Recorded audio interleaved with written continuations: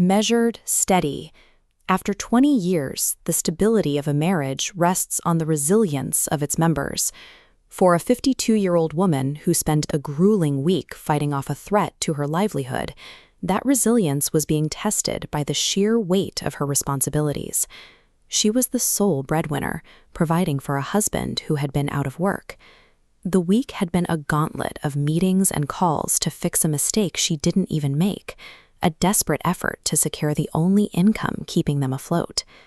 When we look at the internal economy of this household, the distribution is striking. One side carries the entire financial load, while the other is expected to provide the emotional support that makes that labor sustainable. In this case, the scale had reached a point of total asymmetry. Despite her exhaustion, her husband insisted on going to a loud, crowded hibachi restaurant. He dismissed her need for a quiet night, telling her to just sit there and eat. When a person is operating on a deficit of sleep and high-stakes professional stress, the ability to filter out environmental noise or deflect social oppression begins to fail.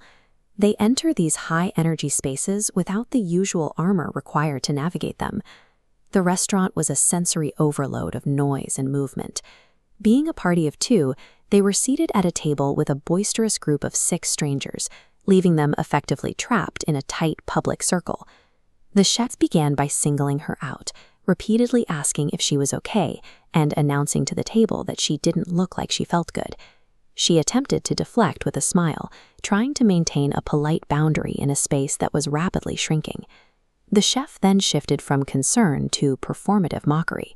He began mugging for the group of 6, using a comic voice to ask if she was mad at him. He was effectively using her discomfort as a prop to build a rapport with the rest of the table. The situation broke when a woman in the group of 6 leaned in to tell the chef, "Don't worry about her, she's just," followed by a comment drowned out by the noise.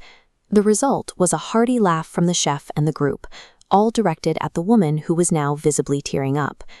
This is a specific social phenomenon where a group of strangers finds cohesion by targeting a single person who isn't participating in the shared mood. The amusement of the many is purchased at the expense of the one who has been cast as an outsider. Feeling the weight of the room's attention, she attempted to leave, asking her husband to box up her food so she could wait in the car. It was an instinctive move toward a safe, private space. But her husband didn't help her leave. Instead, he hissed at her to sit down and stop making a scene.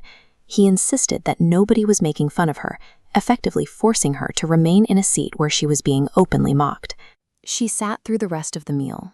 The energy at the table turned into a hushed, awkward tension. Conversations became gestures and whispers as everyone, including the wife, hurried to pack their food into to-go boxes and escape the situation. By prioritizing the etiquette of the dinner over his wife's clear distress, the husband moved from being a witness to being an enforcer. He became the person physically ensuring that she remained a target for the table's scrutiny. The drive home moved the conflict from the public arena to the car, a space where there were no strangers to perform for and no chef to deflect the tension. The husband took the offensive immediately, complaining that she had ruined the dinner. He framed her reaction to the mockery as the actual problem, rather than the mockery itself. She repeatedly asked him what the woman at the table had actually said, the comment that had triggered the table's laughter. She was looking for a reason, any reason, that might justify his refusal to stand by her. He eventually admitted that he hadn't even heard what was said. He had no idea what the insult was, yet he had already decided it wasn't worth ruining dinner over.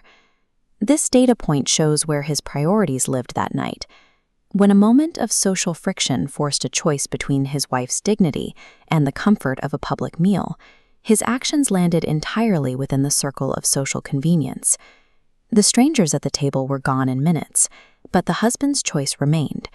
He was willing to watch his wife be humiliated in silence, simply because he didn't want to be the one